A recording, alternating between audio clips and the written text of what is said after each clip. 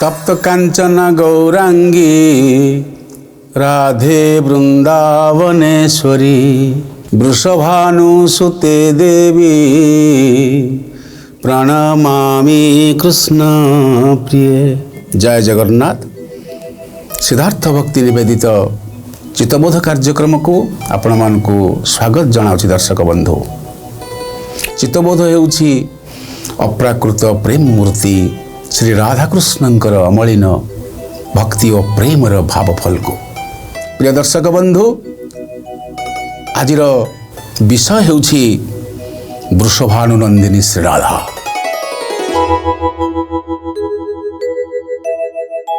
आपण माने पूर्व अध्याय शुणिचंती किपरि भावरे त्रिपुरा स्वयं गोलकरु आगमन करिचंती एवं जमुना नदी कूलरे जमुना ह्रदरे पद्म पुष्प उपर शयन करिचंती।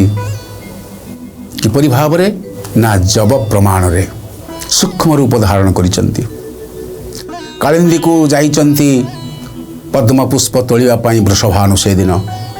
वृषभानुकर उद्देश्य हेउची जे विष्णु को सेवा कले, विष्णु को प्रीत कले, तंकर उपासना कले निश्चित भाव में मोर जो अपुत्रक दोष, मोर जो पुत्र कन्या नहांती सेथिरु मते मुक्ति मिलिबो। एई मानस रे जेतेबेले कालिंदी प्रवेश करूचंती पद्म पुष्प तोलिबा पाई, कालिंदी भय अछि कालियो नाग अछंती। कालियो नागर दंशन हेले मृत्यु सुनिश्चित। तेबे जेहेतु संकल्प अछि आजिरे पूजिबी विष्णु को पद्म पुष्परे, सेथिपाई सही जो दंभ सही दंभ रे से प्रवेश करिचंती कालिंदी रे पंच मन को अर्पण कर देइचंती विष्णु को पाद पद्म रे। निर्भय रे प्रवेश करी कालिंदी रे जो पद्म पुष्प को उत्तोलन करिचंती सही पद्म पुष्प रे जब प्रमाण रे सूक्ष्म रूप धरी स्वयं त्रिपुरा शयन करिचंती महालक्ष्मी भाव रे। एवं सही पद्म पुष्प को तोली जेते देखुचंती तंकर कांति को आखिरे देखि पारु नांती। से कांति करपल्लव एवं पाद ये आरक्त वर्ण तप्त कांचन सदृश बिजुलीर चमक परी झटकुछि तांकर शरीर कांति। वृषभानु पद्म पुष्प सहित त्रिपुरा को नहीं आसीचंती गृह को। महापुरुष लिखुचंती पुणी से ही रूपे देखी नयन बुझिला लक्ष्मी की घेनिल निज मंदिरे मिलिला। वृषभानु पद्म पुष्प सहित लक्ष्मी को घेनी लक्ष्मी सहित निज गृह रे प्रवेश करिचंती। जेतेबेले घरे प्रवेश करिचंती डाकिला चंचला आगो बेग होइयास अपूर्व पदार्थ नियमन करी तोष एहा कुलुचाई धाता धन्य रखिथिला मोर मन जानी मोते समर्पिण देला एहा को प्रतिपालन नेई सखी कर पुत्र दुहिता किछि नाही तो आंभर। द्वारदश रे प्रवेश करी वृषभानु डाकुचंती तांकर पत्नी को चंचला चंचला देख मु गोटे अपूर्व पदार्थ नहीं आसी। पदार्थ कहले आज्ञा वस्तु हो जीवो, किंतु अपूर्व दिव्य सत्ता दिव्य शक्ति नहीं आसी बोले चित्कार करिचंती। किए ना वृषभानु। वृषभानुंकर पत्नी का नाम होची कीर्तिदा। तेबे चंचला नाम उल्लेख अछि। प्रिय दर्शक बंधु, आपण चंचला नाम को कीर्तिदा भाव में ग्रहण करिवे। जो चंचला नाम उल्लेख करिचंती एवं निजे एवं चंचला अर्थात कीर्तिदा उभय पुत्र कन्याहीन थिले। पुत्र दुहिता से मानकर नथिला, सेथिपाई से डाकुचंती जे धाता। धाता कहले ब्रह्मा, विधाता कहले विष्णु, अर्थात ब्रह्मा विष्णु महेश्वर आम पाई गोटे दिव्य पदार्थ रखिचंती आस देखिबो पद्म पुष्प सहित दुई हाथ रे कोल करी धरिचंती माँ त्रिपुरांकु केड़े भाग्य सतरे कौन कहउचंती वृषभानु डाक शुणी चंचला जे आसी देखिला धरिछे वृष भानु शुभ्र केसी आनंदे चंचला वृष भानु हस्त तोली राधांकु धरी सुंदरी मने मने भाली जेतेबेले वृषभानु द्वार देश रे डाक छाड़ी चंचला आस अपूर्व पदार्थ नहीं आसी डाक शुणी प्रवेश करिचंती चंचला अर्थात कीर्तिदा एवं देखिले जे वृषभानु धरिचंती कोड़ेकरी गोटे शुभ्र केशी सुंदरी झीटीए कोल कर धरिचंती फल आनंदित हो जाती तत्क्षणात मुग्धायित हो जाती चंचला कीर्तिदा एवं आनंदे चंचला वृषभानु हस्त तोली राधांकु धरी सुंदरी मने मने भाले एवं निजे तोली नहीं चंती वृषभानु हाथरू राधाराणी को तोली नहीं चंती कीर्तिदा बोइले राजन देख देख ए दुहिता न चाहे नयने किंबा न कही कथा दर्शक बंधु जितेबाला छुआटे जन्म हुए सेतेबेले से प्रथम जितेबाला पृथ्वी पृष्ठ रे पाद दिए मार गर्भरु अंत फाड़ी जितेबाला से जन्म हो जाए एवं पृथ्वी पृष्ठ रे तार प्रथम पादपात हेले कुआ कुआ राब करि थाए ये हूँ साधारण भाव में पार्थिव जगतर संसार न्याय संसार रे जेते जीव जन्म ग्रहण करते ना किछि से माने चित्कार करती कांदती विभिन्न शब्द रे आउ जीवटीए मनीष छुआटीए कुआ कुआ बोली चित्कार करे यह तत्व अर्थ रे कहा जाए दर्शक बंधु मु कुआड़े आसिली माँ गर्भरे थिला बेले मु भगवान दर्शन करुली भगवान सहित कथबार्ता होउथिली एवं मु पृथ्वी पृष्ठ को संसार को आसिला परे मातृगर्भरु कुआ कुआ राब छाड़ी अर्थात माया हावी हो जाइछंती माया संसार भितरे प्रवेश करी जाइछंती किंतु से तो कीर्तिदा कोଳରେ चंचला कोଳରେ जी थे सी होचंती स्वयं त्रिपुरा आदिशक्ति अजनी संभूता कुआ कुआ कहीं करेंगे तेरे दर्शक बंधु या पछरे गोटे सुंदर कहानी अच्छी कथा अच्छी कहीं कांदु नथिले से दिन जन्म हो सारा परे पद्म फूल आविष्ट है राधाराणी आम परवर्ती अध्याय से संपर्क में विचार करवा तेबे आगु कथाटा को जीवा कथाटी हूँ आनंदे चंचला वृष भानु हस्त तोली राधांकु धरी सुंदरी मने मने भाली कौन भावुचंती ये दुहिता तो कथा कहूनी ये झील तो सीना डाकता माँ माँ माँ कही चित्कार करता सीना हृदयटा फाटी पड़ता बाबा बाबा बोली कहता माँ माँ बोली कहता से कहते ये तो चाहूनी भी आखि मध्य खोलुनी पाटी खोलुनी दरटी ओठ तार खोलुना एवं आखि मध्य खोलुना दुईटी जाक बंद इंद्रिय तांकर बंद हो जाइछि अति कोमल सुंदर अंग तहार उपमा देवा कुन काहीं नथिबे त्रिपुर सची जे सावित्री आदि जेते कन्या माने एहार संग समान नहिबे से माने चंचला कहउचंती जे ये जो झील सीना कथा कहूनी ये झील सीना आखि खोलिकी देखु नाही किंतु यार सौंदर्य पाखरे इंद्रंकर पत्नी सची तुलना हेबे नाही ब्रह्मांकर पत्नी सावित्री मध्य तुलनीय हेबे नाही ये अतुलनीय सौंदर्यर आभा यही राधाराणीकर संपर्क में पुणी आहरी सुंदर वर्णना महापुरुष अच्युतानंद करिसंती आसंत शुणिबा पार्वती ही संगे यार नोहिबे समान किंपाई न चाहे न करे रोदन। प्रिय दर्शक बंधु जेतेबेले संतानटीए जन्म हुए कुआ कुआ तो राब छाड़े ତତ୍ସହିତ ସେ କାନ୍ଦି ଉଠିଥାଏ। କାରଣ ମାୟା ସଂସାର ଭିତରକୁ ଜୀବ ଆସିଲେ ଏ ମାୟା ସଂସାର ଭିତରେ କାନ୍ଦିବା ବ୍ୟତୀତ ଆଉ କିଛି ଶବ୍ଦ ନାହିଁ। କିନ୍ତୁ ଯିଏ ଅଯୋନି ସମ୍ଭୂତ ସେ କାନ୍ଦିବ ବା କାହିଁକି? ସେ ତ ପ୍ରେମ ସହିତ କୃଷ୍ଣଚନ୍ଦ୍ରଙ୍କ ସହିତ ଲୀଳା କରିବା ପାଇଁ ଆସୁଛନ୍ତି। ରାଧାରାଣୀ ତ ସ୍ୱୟଂ ଅଯୋନି ସମ୍ଭୂତା। ତେବେ ତାଙ୍କ ରୂପ ବର୍ଣ୍ଣନା କରିବାରେ ଆଉ ଗୋଟିଏ ଉପମା ଦିଆଯାଇଛି। ପାର୍ବତୀ ମଧ୍ୟ ସମତୁଲ୍ୟ ହେବେ ନାହିଁ ରାଧାରାଣୀଙ୍କର ସୌନ୍ଦର୍ଯ୍ୟ ପାଖରେ।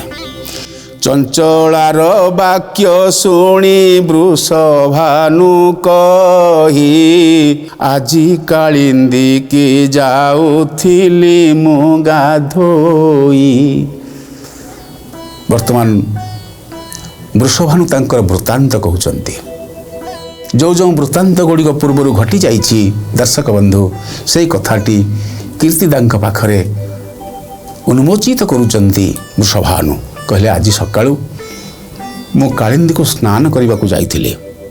ପଦ୍ମ ଫୁଲ ଦେଖି ମୋର ଶରଧା ବଳିଲା, ସ୍ନେହେ ତୋଳିଲି ପଙ୍କଜ ତହିଁରେ ଏଥିଲା। ମନେ ବିଚାରିଲି ପଦ୍ମ ଫୁଲ ମୁଁ ତୋଳିବି, ନୈଣ ତାହାକୁ ବିଷ୍ଣୁ ପାଦେ ଚଢ଼ାଇବି। ବୃଷଭାନୁ କହୁଛନ୍ତି, ଚଞ୍ଚଳାଙ୍କୁ କହୁଛନ୍ତି, ପଦ୍ମ ଫୁଲରେ ମୋର ଶ୍ରଦ୍ଧା ହେଇଥିଲା ଏବଂ ପଦ୍ମ ଫୁଲ ବିଷ୍ଣୁକୁ ଚଢ଼ାଇବା ପାଇଁ ମୋର ସଂକଳ୍ପ ଥିଲା। ସେଇଥିପାଇଁ ମୁଁ କାଳିନ୍ଦୀକୁ ଯାଇଥିଲି ଏବଂ କାଳିନ୍ଦୀରେ ପ୍ରବେଶ କଲା ଭିତରେ ଏହି ପଦ୍ମ ଫୁଲ ଉପରେ ଏହି ଜବ ପ୍ରମାଣର ସୂକ୍ଷ୍ମ ରୂପରେ ଥିବା ଏହି କନ୍ୟାଟିକି ପ୍ରାପ୍ତ ହେଇଛି। ବିଷ୍ଣୁ ନାମ ଧରି ଯହୁଁ ହ୍ରଦେ ମୁଁ ପଶିଲି, ଆଣିଲି କୁସୁମ ତୋଳି ନଦଂଶିଲା କାଳି।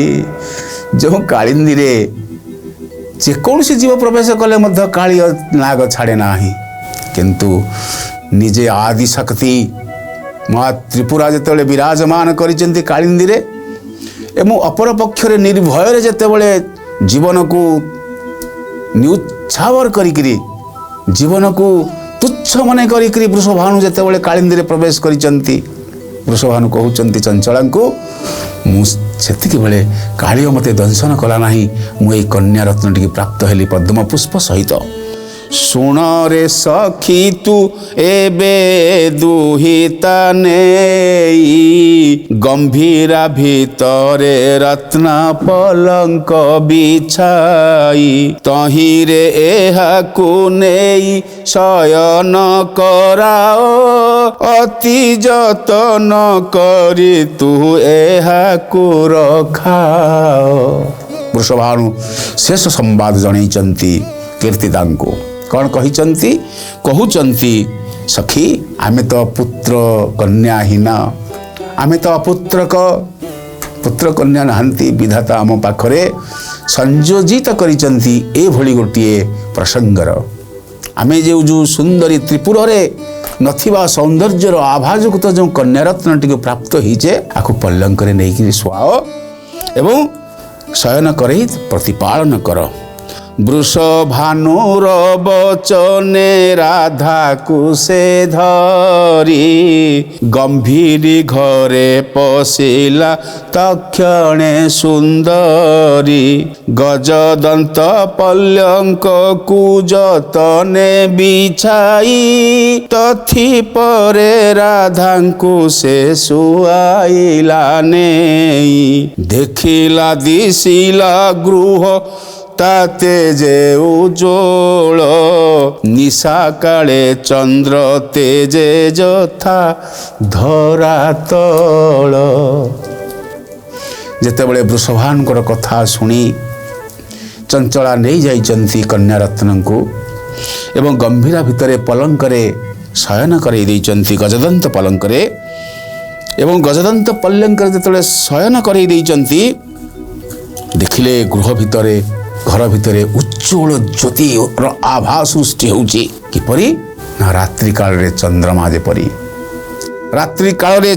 ଯେପରି ସେହିପରି ଭାବରେ ଧରାତଳ ଶୀତଳ କିରଣରେ ଜଗତକୁ ଛାଇ ଦେଇଛି। ନୟନେ ଦେଖନ୍ତି ତହିଁ ନ ଫିଟେ ବଦନ ଖେଳନ୍ତି ପଲ୍ୟଙ୍କେ ଚାଳି ଅବୟବମାନ କ୍ଷୁଧା ତୃଷା ନିଦ୍ରା ନାହିଁ ତାହାଙ୍କ ଶରୀରେ ଦେଖି ଚଞ୍ଚଳା ବିଷାଦ ଭରିଲା ମନରେ କବାଟ ଦେଇ ବାହାର ତହୁଁ ରାଜରାଣୀ ପଲ୍ୟଙ୍କେ ଶୟନ କରିଛନ୍ତି ଠାକୁରାଣୀ। ପ୍ରିୟ ଦର୍ଶକ ବନ୍ଧୁ, ରାଧାରାଣୀଙ୍କୁ ଯେତେବେଳେ ପଲ୍ୟଙ୍କରେ ଶୟନ କରି ଦେଇଛନ୍ତି ମନରେ ବିଷାଦ ସୃଷ୍ଟି ହେଇଛି। ବିଷାଦ କାହିଁକି ସୃଷ୍ଟି ହେଇଛି ନା ଆମେ ଗୋଟିଏ ଝିଅ ପ୍ରାପ୍ତି ହେଲୁ, ସେ ଝିଅଟି ଆଖି ଖୋଲୁନାହିଁ, ପାଟିରେ କଥା କହୁନାହିଁ, ଯଦିଓ ସୁନ୍ଦରୀ, କଥା ନ କହିଲେ ଆଖି ନ ଖୋଲିଲେ ମନରେ ଯେଉଁ ବିଷାଦ ସୃଷ୍ଟି ଭାବ ସୃଷ୍ଟି ହେଇଛି ସେହି ଭାବରେ ବିଷାଦିତ ହେଇ ସେ କୋଠରୀରୁ ବାହାରି ଆସିଛନ୍ତି କୀର୍ତ୍ତିଦା। ବାହାରକୁ କବାଟ ଦେଇ ଦେଇଛନ୍ତି, ରାଧାରାଣୀ ଭିତରେ ପଲ୍ୟଙ୍କରେ ଶୋଇଛନ୍ତି ଏବଂ ଗୋଡ଼ ଛାଟୁଛନ୍ତି, ଗୋଡ଼ ଛାଟି ଖେଳୁଛନ୍ତି, ଆନନ୍ଦ ହେଉଛନ୍ତି, କିନ୍ତୁ କଥା କହୁନାହାନ୍ତି କିମ୍ବା ଆଖିରେ କାହାକୁ ଦେଖୁନାହାନ୍ତି। ଏ ତ ରାଧା ଜନ୍ମ କଥା ଶୁଣିଲୁ ଗୋସହି ଯେଣୁ ପଚାରିଲୁ ତାହା କହିଦେଲି ମୁହିଁ। ରାଧା ଜନ୍ମି ଥିଲା ଯହୁଁ କହିଲେ ଅନନ୍ତ ପୁଣି ପଚାରିଲେ ଲକ୍ଷ୍ମୀ ଯୋଡ଼ିବେନି ହସ୍ତ। ପ୍ରିୟ ଦର୍ଶକ ବନ୍ଧୁ, ଟିକେ ପୂର୍ବକୁ ଯିବା, ପୂର୍ବ ଭାଗକୁ ଯିବା। ଏ ପ୍ରସଙ୍ଗଟି କିଏ କହୁଛନ୍ତି? ଏ ପ୍ରସଙ୍ଗଟି ଅନନ୍ତ କହୁଛନ୍ତି, ଯାହାର ଅନ୍ତ ନାହିଁ, ଯିଏ କ୍ଷୀର ସାଗରରେ ଶୟନ କରିଛନ୍ତି ବିଷ୍ଣୁ। ପୂର୍ବ ଅଧ୍ୟାୟରେ ଏ ପ୍ରସଙ୍ଗରେ ଆମେ ଶୁଣିଛେ ଯେ ଯେତେବେଳେ ବୃନ୍ଦାବନରେ ରାଧାରାଣୀ କୃଷ୍ଣବେଶ ହୋଇଛନ୍ତି ଏବଂ ମୁରଲୀ ବାଦନ କରୁଛନ୍ତି, ତ୍ରିଭଙ୍ଗୀ ଠାଣିରେ ନୃତ୍ୟ କରୁଛନ୍ତି ଏବଂ କୃଷ୍ଣଚନ୍ଦ୍ର ରାଧା ରୂପ ଧାରଣ କରିଛନ୍ତି ଏବଂ ମୋହନ ବାଦ୍ୟ ବଜାଉଛନ୍ତି। ଏହା ତିନିପୁରକୁ ପ୍ରକମ୍ପିତ କରିଛି। ସେତିକିବେଳେ ଲକ୍ଷ୍ମୀ ଏବଂ ସରସ୍ୱତୀ ପ୍ରାର୍ଥନା କରିଛନ୍ତି କ୍ଷୀର ସାଗରରେ ଶୟନ କରିଥିବା କ୍ଷୀର ସାଗରରେ ଶୟନ କରିଥିବା ବିଷ୍ଣୁଙ୍କୁ। ବିଷ୍ଣୁ ନିଦ୍ରାଭଙ୍ଗ କରିଛନ୍ତି ଏବଂ ଉତ୍ତର ଦେଉଛନ୍ତି। ସେହି ଉତ୍ତରରେ ଏହି ପ୍ରସଙ୍ଗଟି ଅଛି। ଲକ୍ଷ୍ମୀ ପଚାରିଛନ୍ତି ରାଧା କିଏ? ରାଧାଙ୍କ ସମ୍ପର୍କରେ କହିଛନ୍ତି ବିଷ୍ଣୁ ରାଧା ହେଉଛନ୍ତି ତ୍ରିପୁରା। ପ୍ରିୟ ଦର୍ଶକ ବନ୍ଧୁ, ଲକ୍ଷ୍ମୀ ପୁଣି ପଚାରୁଛନ୍ତି, ମହାଲକ୍ଷ୍ମୀ ପୁଣି ପଚାରୁଛନ୍ତି ଅନନ୍ତ ଶୟନରେ ସାଇତ ଅନନ୍ତ ନାଗ ଉପରେ ଶୟନ କରିଥିବା ଅନନ୍ତ ପୁଣି କହୁଛନ୍ତି, ଅନନ୍ତଙ୍କୁ ପ୍ରଶ୍ନ ପଚାରୁଛନ୍ତି ମହାଲକ୍ଷ୍ମୀ ଯେ ଯଦି ଏ ରାଧା ତ୍ରିପୁରା ହେଲେ ତେବେ କଥା କହୁନାହାନ୍ତି, ଆଖି ଖୋଲୁନାହାନ୍ତି, ଆର ରହସ୍ୟ କ'ଣ? ପୁଣି ପଚାରିଲେ ଲକ୍ଷ୍ମୀ ଯୋଡ଼ିବେନି ହସ୍ତ, ହାତ ଯୋଡ଼ି ଦେଇଛନ୍ତି ଏବଂ ହାତ ଯୋଡ଼ି ପଚାରୁଛନ୍ତି ତୁମ୍ଭେ ତ କହିଲ ରାଧା ଜନମ ହୋଇଲେ କିମ୍ପା ନ ଫିଟେ ନୟନ କଥା ନ କହିଲେ। ପ୍ରଶ୍ନଟି ହେଉଛି ଦର୍ଶକ ବନ୍ଧୁ ମହାଲକ୍ଷ୍ମୀଙ୍କର, ତେବେ ଏ ରାଧା ତ ଜନ୍ମ ହେଲେ ମୁଁ ବୁଝିଲି ଏ ତ୍ରିପୁରା ତିନି ପୁରକୁ ମୋହନ କରିଥିବାରୁ, ତିନି ପୁରକୁ ତାଙ୍କର ସୌନ୍ଦର୍ଯ୍ୟରେ ଜିତିଥିବାରୁ ସେ ହେଉଛନ୍ତି ତ୍ରିପୁରା। ଏହି ତ୍ରିପୁରାଙ୍କର ନାମ ରହସ୍ୟ ମଧ୍ୟ ପରବର୍ତ୍ତୀ ଅଧ୍ୟାୟରେ ଆମେ ଶୁଣିବା ଦର୍ଶକ ବନ୍ଧୁ। ମହାପୁରୁଷ ସୁନ୍ଦର ଭାବରେ ତାର ବ୍ୟାଖ୍ୟା କରିଛନ୍ତି। ତେବେ ଆମେ ଏଠି ପ୍ରଶ୍ନଟି ଶୁଣିବା ଯେ ଆଖି କାହିଁକି ଖୋଲୁନାହାନ୍ତି ଏବଂ ପାଟି କାହିଁକି ଖୋଲୁନାହାନ୍ତି? ପାଟିରେ କଥା କହୁନାହାନ୍ତି, ଆଖିରେ ଖୋଲିକରି କାହାକୁ ଦେଖୁନାହାନ୍ତି କାହିଁକି? ନିବେଦନ କରିଛନ୍ତି ଲକ୍ଷ୍ମୀ ନାରାୟଣଙ୍କୁ, ଅନନ୍ତଙ୍କୁ ନିବେଦନ କରିଛନ୍ତି एकथा संक्षेपी मोते कह भावग्राही तब मुखु शुणिबाकु कौतुक जन्माई न होइला क्षुधा तृषा ताहाको किं पाई कहन्तु ए कथा नाथ दासी को फिटाई। महालक्ष्मी निवेदन करुचंती जड़े सेविका भाव में भगवान विष्णुंकर पदमोच्चारण करने सहित प्रश्न पचारिचंती जे आखि फिटुनी पाटी खोलुनी क्षुधा तृषा नाही कारण कौन लक्ष्मी आगरे जहा नारायण भणी परीक्षित आगे ताहा कहे सुकमुनि। जहा नारायण महालक्ष्मी कहउचंती महालक्ष्मी जहा प्रश्न पचारुचंती विष्णु को ए कथा परमहंस सुखदेव परीक्षित राजा को सुनाउचंती। एथे उतारे कहंती देव नारायण जहा पचारिलो सखी मन देई सुण।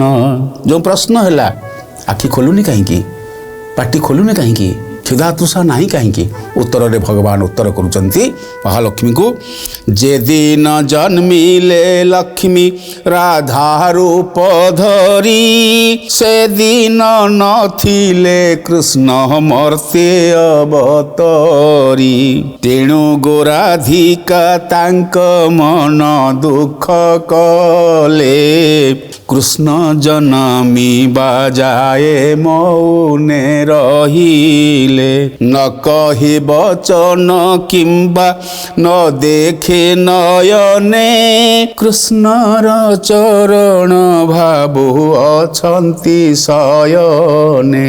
प्रिय दर्शक बंधु सुंदर भाव कथावस्तुर अवतारणा घटी विष्णु कहउचंती महालक्ष्मी को जे जेतेबेले राधाराणी आसिकरी जब प्रमाण रे सूक्ष्म रूप धारण कर त्रिपुरा जन्म होती सेतेबेले पर्यंत कृष्ण जन्म ही नाहंती कृष्ण जन्म ही नाहंती एइथिपाई राधाराणी मन दुख प्रतीक्षा करिसेंती जेबे प्रभु आसीबे सेतेबेले से नयन खोलिबे एवं श्रवण जेतेबेले करिवे भगवान कृष्ण आसीचंती सेतिकी बेले से तांकर नयन खोलिबे एवं पाटी खोलिबे क्षुधा तृषा हब इत्यादि लीला करिवे। तेबे किए आसुचंती किपरि भाव में आसुचंती एवं कहाँ को दर्शन करुचंती किए से कृष्ण नाम कहउचंती परवर्ती अध्याय शुणिबा।